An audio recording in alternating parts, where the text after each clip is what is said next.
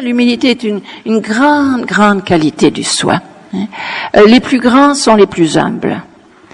Pourquoi cela? On l'a vu hier en faisant les mouettes. Vous vous souvenez, ou avant-hier? L'ego, lui, il se prend au sérieux dans ce qu'il est, dans ce qu'il fait, etc. Alors qu'au niveau du soi, on est tout simplement. Et on n'a pas besoin de rien prouver.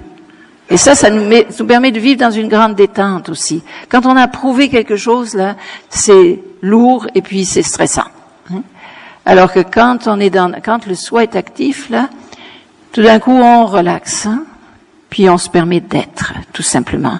Et en étant, les choses se placent. Ça ne veut pas dire qu'on va rien faire, mais on va faire à partir de cet état d'être.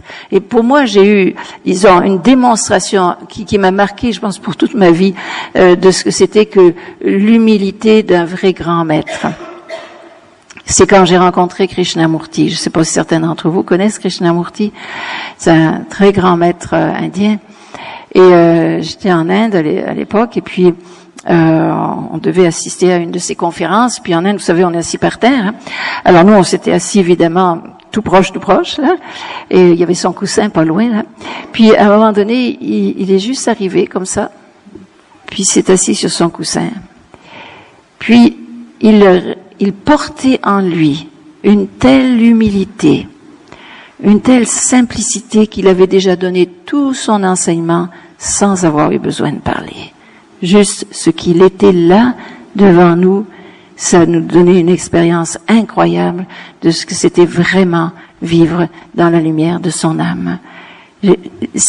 Pour moi, c'était une démonstration finale. Je dis oui, c'est ça, c'est vraiment ça. Il n'avait pas eu besoin de rien dire, vous voyez. Alors, plus notre âme est présente, et moins on a besoin de s'énerver, disons, pour prouver quoi que ce soit. Et plus la vie devient fluide et souple, et plus la magie s'installe dans notre vie. Vous voyez comment ça amène une vie beaucoup plus sereine et beaucoup plus juste.